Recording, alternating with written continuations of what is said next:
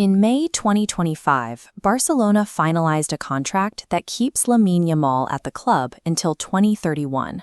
He earns £325,000 per week, and any club wanting to buy him must first clear a €1 billion release clause. These figures signal the weight of his new role. The 17-year-old has officially taken over the club's number 10 jersey. That specific number carries a history that defines the modern era of the club. At Barcelona, the number 10 represents the massive creative void left behind by its previous owner, Lionel Messi. Barcelona's financial commitment was a response to performance. Yamal's production on the pitch convinced the board that he was the only player capable of stepping into that vacancy. His rise has been a rapid accumulation of records. He started as the youngest goal scorer in the history of La Liga, before becoming the youngest player to ever feature in an El Clasico. He then moved into international dominance during Euro 2024. He finished the tournament as a champion, taking home the Best Young Player award and scoring what was voted the goal of the tournament. By 2025, the individual accolades were standard. He won his second consecutive Copa trophy and finished as the runner-up for the Ballon d'Or. His 2025-2026 season ended with a domestic trouble, as Barcelona secured titles in La Liga, the Copa del Rey, and the Supercopa. The statistics peaked in February 2025 against Alaves. In a single match, he completed 11 successful dribbles, surpassing a record Lionel Messi had held since 2007.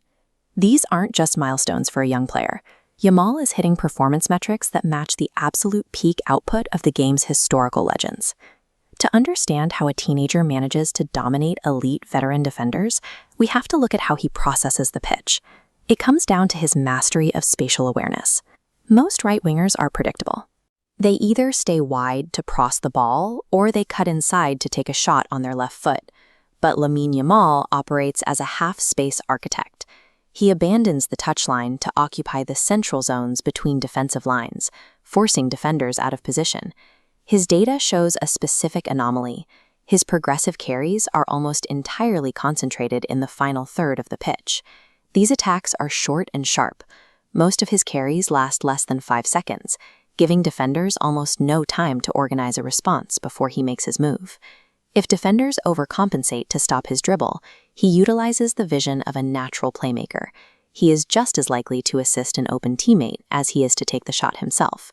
This is why he is valued at €1 billion. He is evolving the winger position from a role based on raw speed into one defined by high-level tactical intelligence. Navigating that level of fame and tactical pressure at 18 requires a significant mental anchor. For Yamal, that anchor is his grandmother, Fatima Romani. She migrated alone from Morocco to Spain decades ago to build a foundation for her family.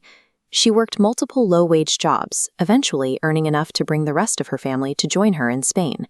They settled in Rocafonda, a working-class neighborhood in Mataró.